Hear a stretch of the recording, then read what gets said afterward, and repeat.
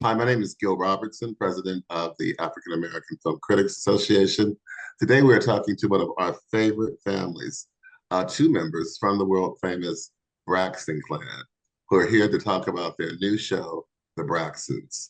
We're going to kick things off by introducing you to the African members on the call today, starting with Carolyn Hines in Toronto, Chris Johnson in Tornado Plague Raleigh, North Carolina, Al McGee in hopefully sunny South Florida, Mercedes Williams in Pittsburgh, Pennsylvania, Jill Monroe in sunny and hot LA, Dana Abercrombie in Is It Still Raining, New York City, and Mercedes Springer in always hot Atlanta. And of course, our favorite, Karan Noir Kelly in Charlottesville, Virginia. I'm going to let you guys do what you do so well. We've got 45 minutes with these two beauties, and I'll see you on the other side. The Braxtons, here we go. This August, the Braxtons are back with a whole new reality. It's like a seat's missing. I just miss her. Four sisters. I wonder how that's going to be working together again. We need to have some type of support. Four journeys. I haven't performed in over 4 years. You accept me or you just don't accept me. Y'all got so many secrets. This is not the forum. You've never seen a homecoming like this. How about that? The Braxtons premieres Friday, August 9th on WeTV. Stream on All Black. Hello. Hi. Hi, ladies. My name is Mercedes with She Critiques in Atlanta. Firstly, I saw the first episode, so let me first give my condolences and to your family still in the grieving process. One thing that I've always really appreciated about the Braxton show is that you sisters have a display of what sisterhood really does look like. Like we fuss, we get we nerves, but we have a good time, and we're always there. It's a very it's a true display of what sisterhood truly looks like. So I'm just curious of the upcoming episodes. Has that dynamic changed at all between the four of you now that Trina is not with us? I'm sorry, Tracy. You still have the funny, you still have the sad. The different dynamic is this, though. Tawanda and I are the closest in proximity and the closest in age. So with that being said, we spend a bit more time together. And in the previous seasons of the Braxton Family Values, if you guys were watchers, I'm not sure if you were viewers, Tawanda, Tracy, and I spent a lot of time together filming together.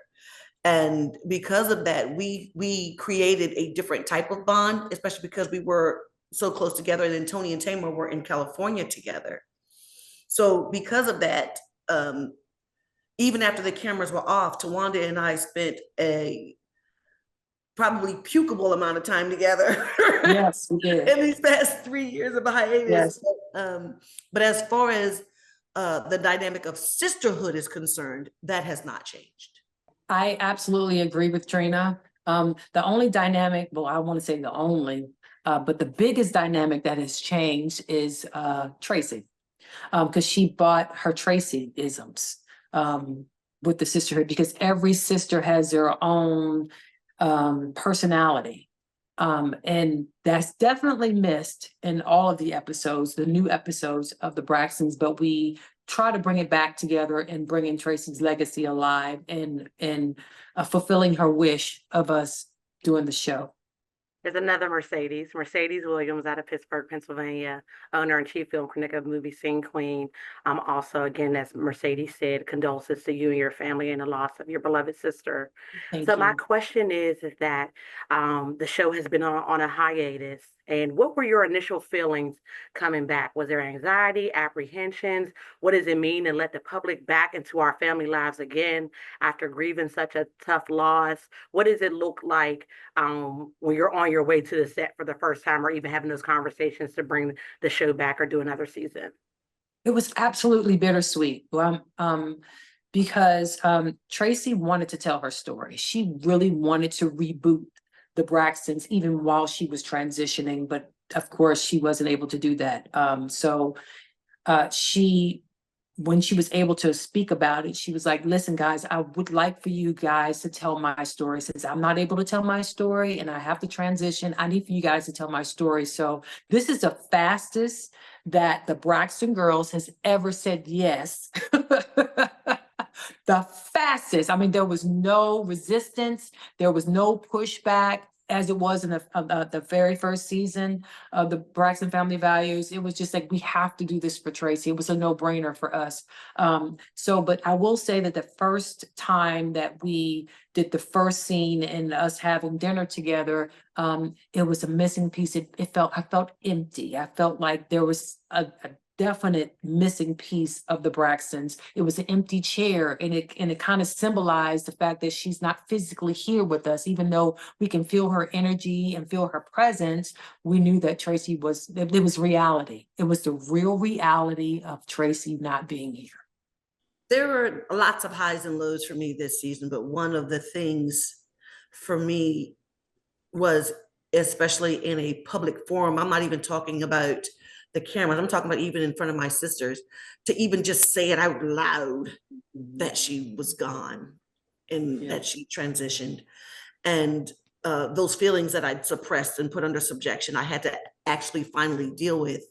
And to deal with it in such a public forum, because I even myself, I didn't know that it was going to transpire that way. To do that was just emptying. My vessel became very empty because it was just so full of so much pain, so much hurt, so much suppression. It's just unfathomable. To even say it now is, I'm trying to keep a cue to put it on mute because it's been a long day of, questions about, the family dynamic and losing your sister or losing your loved one or family member. And she's just missing. She's just gone. She's gone. Thank you both so much. Chris Johnson, Raleigh, North Carolina. Hello to both you ladies there, and my deepest sympathies to the both of you and your families in regards to Tracy's passing. And I Thank you, certainly, Chris. yep, I can certainly send to that, especially when it comes to cancer itself. I lost 6 uncles all to cancer. Oh, So wow. Sorry. I certainly know what that's like. My question for each of you is, how do you balance the family dynamics with your professional careers? We can start with you, Tawanda. Well, I'm a mom first. I'm gonna give you an example. Like if I'm out having dinner with my kids and a fan comes up and say, "Oh my God, it's on," I'm like, listen, you gotta wait 1 second because I'm having a moment with my kids. Even if I'm having a serious discussion with them, I'm a mother first. So I kind of block out all that other stuff because that's what matters first. Because even when the cameras are not rolling, I'm still a mother. Yes. Even though in the time that we were having the hiatus and we were going through the transition of Tracy's passing, I was still a mother. So I just make sure that my kids understand that regardless of what mommy is doing, mommy is here for you. Yes. Yes. I share that same sentiment, but there is an additional element for me. I understand that when people are fans and they actually see a person in person that they enjoy watching or they're inanimate of or something like that, that they want to have their moment. They want to say hello. And while I understand that sometimes opportunities are inopportune, because I could be in the middle of a meeting and we could be in the middle of, something very important that we're dealing, I could be with my attorney. You understand what I'm saying? And if I do say, if you would just excuse me for just a moment, I acknowledge you and just let me get this thought out with this person that I'm having this conversation with.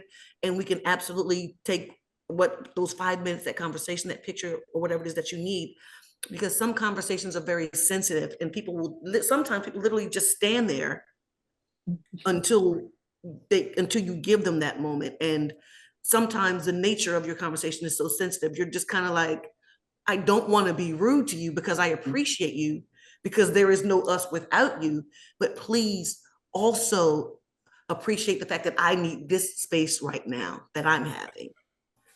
Well, thank you both, Trina and Tawanda. Continued success to the both of you and continued success on the show. Thank you, Chris. Thank you. Carolyn for Carolyn Talks Podcast YouTube channel. Thank you so much for taking the time for speaking with us today. And thank you so much for sharing everything that your family is going through with the loss of Tracy. So my condolences to you and to your extended family. And so I know it's not hard to talk about grief, especially on such a public forum. But I'm going to phrase this question to Tawanda specifically because I have multiple sclerosis and I also have fibromyalgia. So I have two invisible autoimmune disease. So I want to talk to you about how of showing the world who you are now that you have you've been diagnosed with alopecia and you're living your life with the hair loss, and you're being proud of that, because I think it's important for Black women, especially because we are taught so much from young to focus so much on our appearances. You know, when we leave home, make sure you're dressed properly, you know, make sure you're set from head to toe, especially with regards to our hair. So talk to me about the hair loss and the grieving process for that, because I know once you receive a diagnosis of an incurable condition, there is a grieving process. And I know in the show, like, there's going to be a grief counselor to talk to you guys about grief. So can you talk about the grieving process of that part of your life and dealing with the diagnosis and how that's changed who you are as a person, how you see yourself? Well, you know, authentically, I knew at a very young age that my hair was different from everyone else's in the families. Although I didn't see traces or by definition of having alopecia when I was a teenager, I definitely saw it when I was in my 20s that the top of my hair was thinning. So during that time, I kind of suppressed it and tried to pretend that it what it was. When Tracy was diagnosed with esophageal cancer, and when we decided to cut our hair in solitude for her, I did it for two reasons. I did it because I was hiding behind the fact that I knew by definition that I had alopecia, but I did it in solidarity for Tracy. So when I cut my hair, I shaved my hair, it was a relief of knowing that I did not have to tell the whole world, hey, I have alopecia, even though I knew by definition I had it. And then there was an unspoken thing when we have people in our hair, like our hairdressers, they kind of know, but they didn't say it out loud, that this is what it is, Tawanda. They didn't want to embarrass me. And whatever reason it was, they didn't want to say, hey, Tawanda, I know that this is what's going on with your hair. But there's a special, amazing moment that I cannot wait for everybody to see, where Tracy is rubbing my head. That was a spiritual awakening for me to know that, okay, Tracy's going through all the things that she's going through. She's fighting for her life, and she's having the strength to keep fighting for her life. So why can't I have the strength to tell the world that I have alopecia? That's not a disease or something that's fatal. But Tracy has something that's fatal, and she's still fighting, and she's still standing strong. So why can't I do it too? And so that gave me the strength to say, I just have to tell the whole world, and it's okay that I have alopecia, because my hair does not define who I am. A lot of times I know that in our community, our hair shows our strength in some ways, but my strength is not in my follicles of my hair. My strength is in my spirit. So that's something that I had to embrace, and I decided to embrace to help the other individuals, the other women or men who have alopecia, to say it's okay. Thank you so much for sharing it, because I think it's important for us, especially as Black women in particular, to embrace the baldness and like having low hair and like and I think it's important, especially even someone like me having a low haircut. You know, there's judgment that comes with that. So I appreciate that. Yes. And you have a fantastic shaped head. So like, thank you. Thanks to my mother and my father for rubbing my head at a young age, right? As a baby, they molded me. Thank you. Thank you. Hello, ladies. Dana Abercrombie, the co-host. Hey, Dana. I wanted to talk about joy. What I loved about this series, always from the very beginning, always joyful. There was singing, there was dancing, it was impromptu. I want to talk about, how do you bring back that joy? And for the audience to understand it's okay to laugh and love again. It is. Well, there is joy in the remembrance. And our family, we've been blessed enough and lucky enough to have those memories in footage for over 12 years of Braxton family values. And now to even have those never seen before scenes of Tracy and Tracy interacting with us even during her illness. And she was still always smiling. She was still always Tracy. she still had her Traciness. And while sometimes, I especially me, I get really, really saddened in, her no longer being here, but I am still happy and I still have that joy, as you said, Dana, to know that we have all those happy memories that we can always go back to. Yes. We no longer live in that age of video cameras, but we were able to have it documented for the world to share that joy with us, to see at least a portion of her journey with us, and to share in that joy with us as they've shared in that loss with us as well. We don't have as many impromptu songs because that fifth, that fifth note is missing. It's definitely missing. But I would definitely say, Dana, that some people are like, how come y'all laughing? Y'all just lost a sister. How come y'all laughing? And as Trina said, that we are just in a thankful space that God has chosen us as a family to have Tracy be a part of it. So it's not that we're not grieving. It's just that we have to be in a space of gratitude and thankfulness that we were blessed to have such an amazing spirit to be a part of us. And now that she's on the other side, she's helping us on the other side.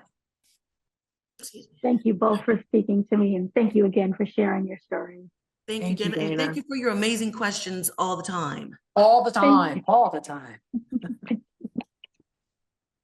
Hi, I'm Al McGee with RiotTicket.com. First of all, you all been in the public eye for many, many years, but I want to talk about maybe the production.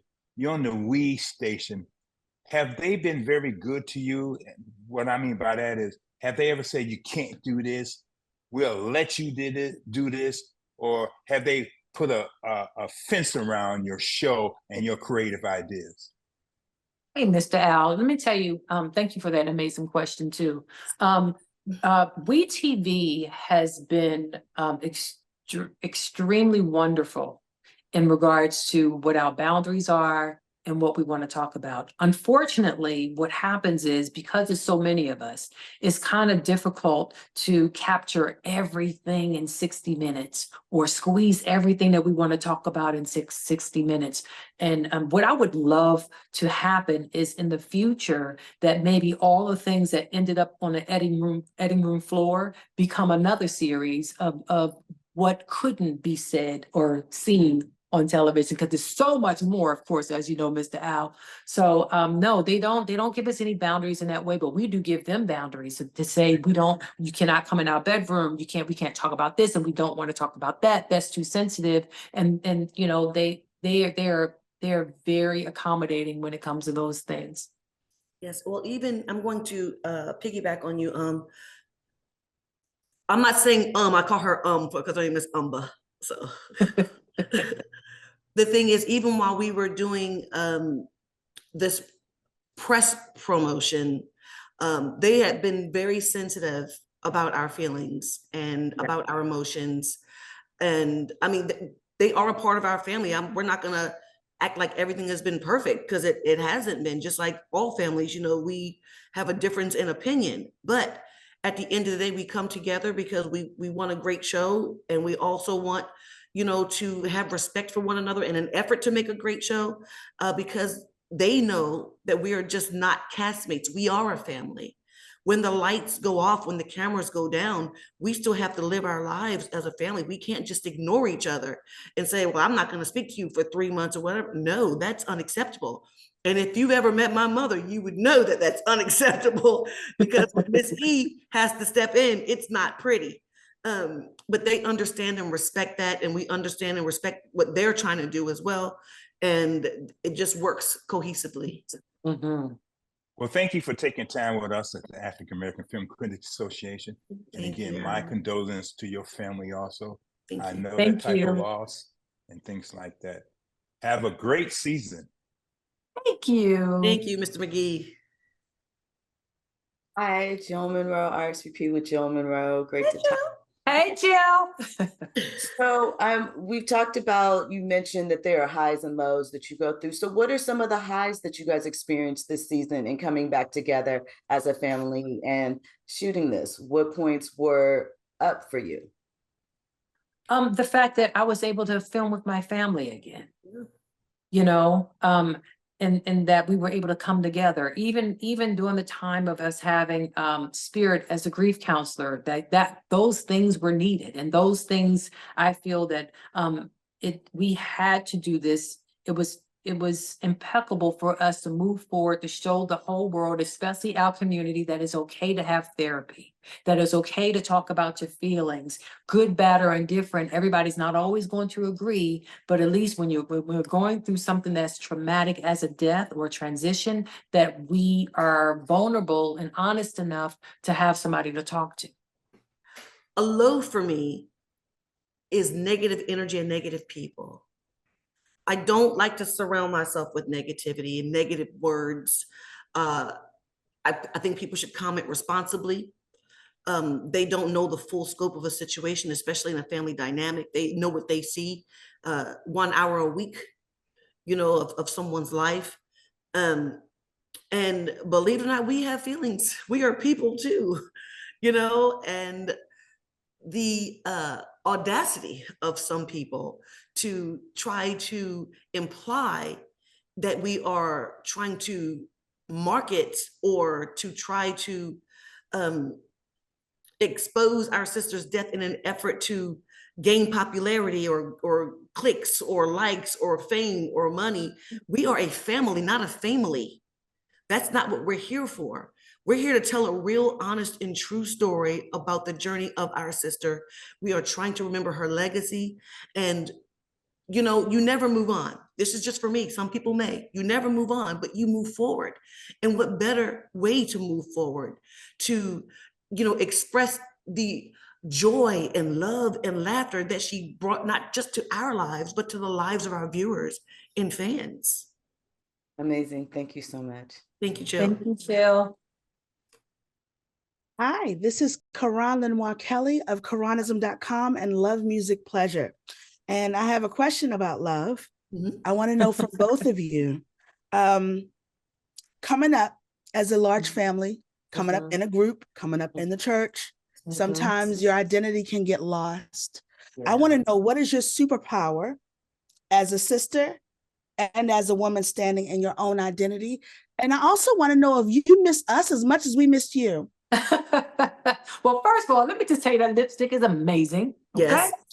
Amazing lipstick. And absolutely, we miss you guys as much as you missed us. Absolutely. Absolutely. Let me start with that question. But my family always say to me that I am a freak of nature. Because I'm a freak of nature. Because my superpower is I have the ability to suppress.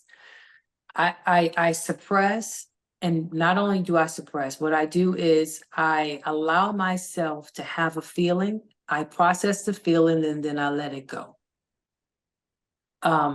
So a lot of times, like Trina would call me the Rock of Gibraltar. I am, however, my superpower is to put it on the shelf and deal with it later. My superpower is my empathy and also my sensitivity. Some people may see that as a negative, but it's not. Some people say, "Oh, Trina's a crybaby. Trina's always crying, blah, blah, blah, blah." Well, I'm not afraid to, when it's time anyway, I'm not afraid to show my emotions. And if I feel a certain connection with you, if you're crying, I'm there with you. I'm gonna call you, we're gonna cry together. And that's just what it is. And sometimes you need that, because crying is sometimes it's releasing, it's refreshing. It really honestly is. And yes, I did miss you guys as much as you guys miss us, by the way. Because like I said before, there is no us without you guys. You guys are the ones who are the forefronts of saying, okay, you have a need, you feel a need, and you saw fit that we feel that need. So I thank you guys for that. Everyone can't sympathize with anyone else. And Tawanda thinks that her superpower is being the Rock of Gibraltar. I think part of my sympathy is calling on her and asking her if she's okay, because it's the well people you really need to check on. And for Tawanda, and I'm not sure if you guys have been viewers or fans for, X amount of time, but there was a time when Tawanda just had to just release it from her body. She was like, well, when is somebody going to concentrate on how Tawanda's feeling? And I feel like I'm that sister that fills in or bridges that gap, because I'm going to call you, and I don't care how strong you look. I don't care how strong you seem. I don't care about that wall you put up. I don't care about you seemingly, Tawanda. Say, oh, I'm fine. I'm good. I'm okay. No, you're not. First of all, I'm your sister and I see it. And number two, I care enough to call you and ask you if you are. And then that's beautiful. And I absolutely appreciate that. Actually, it was you and Tracy who had the ability to do that. But another part of it is what I have learned as a woman of a particular age, now that I'm 50, is that we as women, we are incubators, and we allow things to grow. Whatever we put into ourselves, we allow to grow. So what I have learned as a mature woman is that I'm not pouring anything else other than greatness inside of me or the people that are around me. And so that means that when I wake up in the morning, I'm in a grateful space. Even if I'm having a bad day, I'm grateful for my bad day, because there's a lesson to be learned in that. I pour that into my kids, meditating, praying, grounding myself, centering myself, hearing from my source. Those things are important to me now that I'm a grown woman and I have emerged and vibrated in a different frequency. I will say that. You know what? I'm really grateful because this family and our people are the definition of aging in reverse. And it's amazing how being bald reveals your impeccable bone structure. Thank you to your mama, your daddy, and Jesus. My mama's bald. I'm bald. My aunties were bald. My mother's 73 years old, still working the runway, bald woman. So that's amazing. Thank you for just being brave enough to show up as your authentic self through this. Thank and you. you guys are beautiful. Thank you. Thank you so much. Thank you. Thank you. Hey, ladies. Ray Cornelius here. How are you? Hey. First of all, I want to say I just love that, you all are the same every time I see you. You're the same every time. And that means a lot. I want to know, because you were talking about lessons learned from this break. For so many years, we watched you on television and we've seen this show, and then there was this break. And a lot happened during this time. And I really feel like this is the real Braxton family values. This second time around is the real Braxton family values. So let's talk about lessons learned and how we will see the wisdom that you've learned during this break play out on the screen. So everything doesn't have to be said.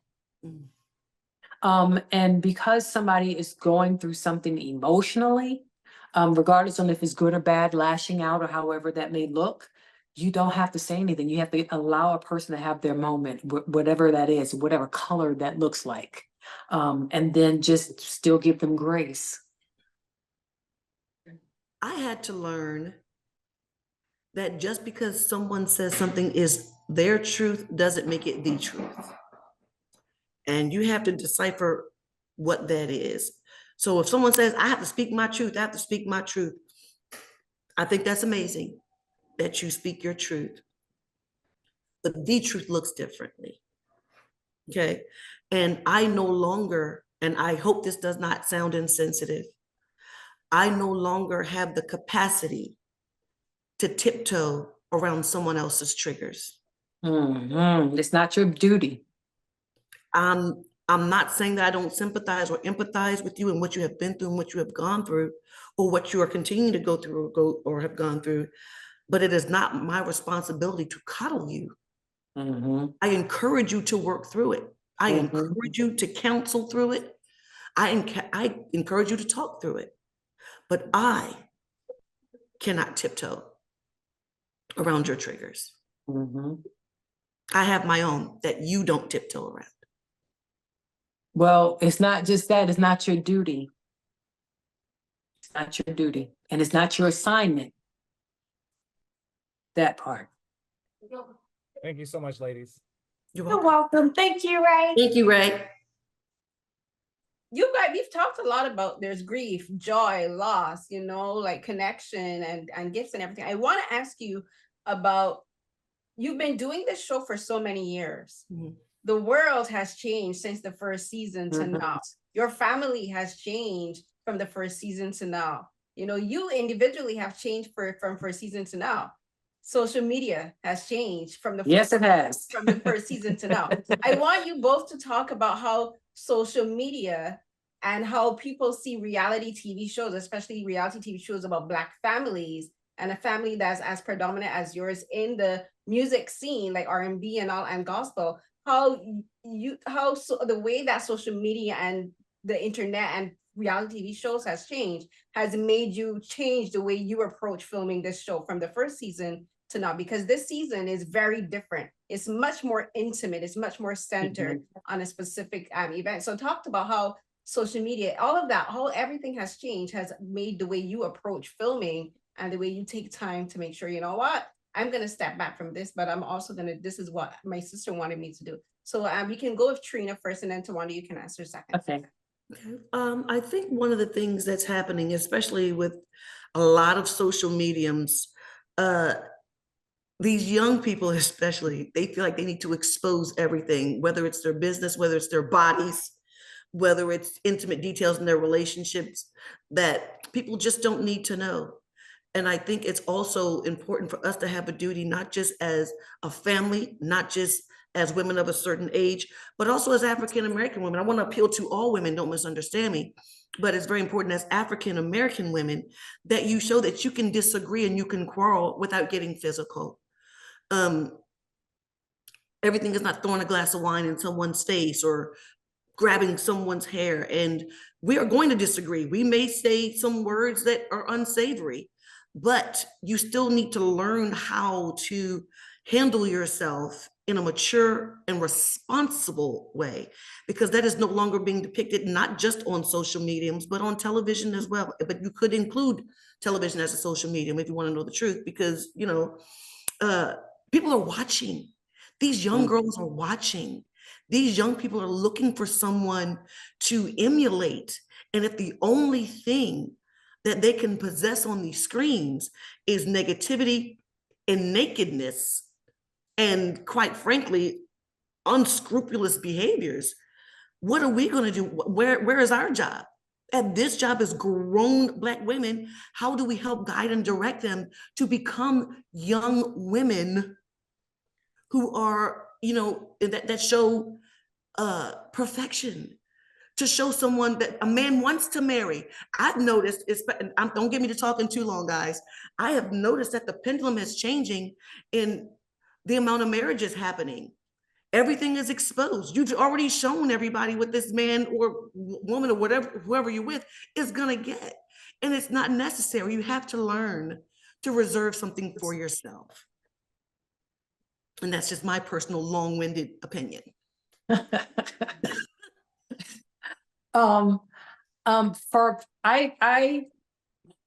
What I am experiencing now with the new series of the Braxtons, and not being the Braxton Family Values, is that of course it had to change and it had to emerge because of the loss of Tracy. So Braxton Family Values was with all of us, and the Braxton is without the physical aspect of Tracy being a part of it. But I will also say that we had to grow up. We grew up. Life experiences changed us in a way that we had to face the real reality that this is life. And it's not that we didn't know that before. It's just that we really experienced it. I mean, Trina experienced the loss of her ex-husband. We all experienced the loss of our niece and our, you know, other loved ones that has passed these past 3 years. It was like back to back, back to back. But these individuals that are on social media, I don't think that they really understand the reality of life and what could happen or what may happen, and it doesn't last forever. And that we all have to go through changes, and we have to accept people where they are in the way of their growth. We can't put a timestamp on how a person grows. We can't put a timestamp on how a person stands still, or however that may look for them. So for me, even when it comes to social media, if there are some negative things or things that people are saying or throwing rocks and hiding their hand and living in a glass house or however it is, I have the ability to just ignore them because to me, mental health is a big thing in our community and the whole world, of course, but it's a big thing in our community. And what I have learned not to do, I don't argue with sick people. And I know that sounds crazy, but I don't argue with sick people because even though you may not see that the mental aspect of their disabilities, and you see the physical things of their disabilities, of saying, okay, if I see a person that's physically disabled or physically ill, if I go into a hospital, I can physically see that they're ill. I'm not going to argue with those individuals because I can physically see that they're ill. It's the same thing to me when it comes to mental illness. If I know factually that they have that illness mentally, I'm not arguing with them. There's no reasoning with a person who's ill in that way. Yeah, that's true. A lot of ill people do sick things. That's it. You have to learn to ignore it. Great, thank you so much, because I think it's important that people understand that, as you said, this is a brand new series, and it's not Braxton Family Values, so it's a whole new dynamic, but it's also a new approach to the way how the show is being filmed and how you approaching the show as a family and individually. So thank you so much for sharing that. Of course, thank you. Ladies, thank you for sharing with us, and thank you for providing us with,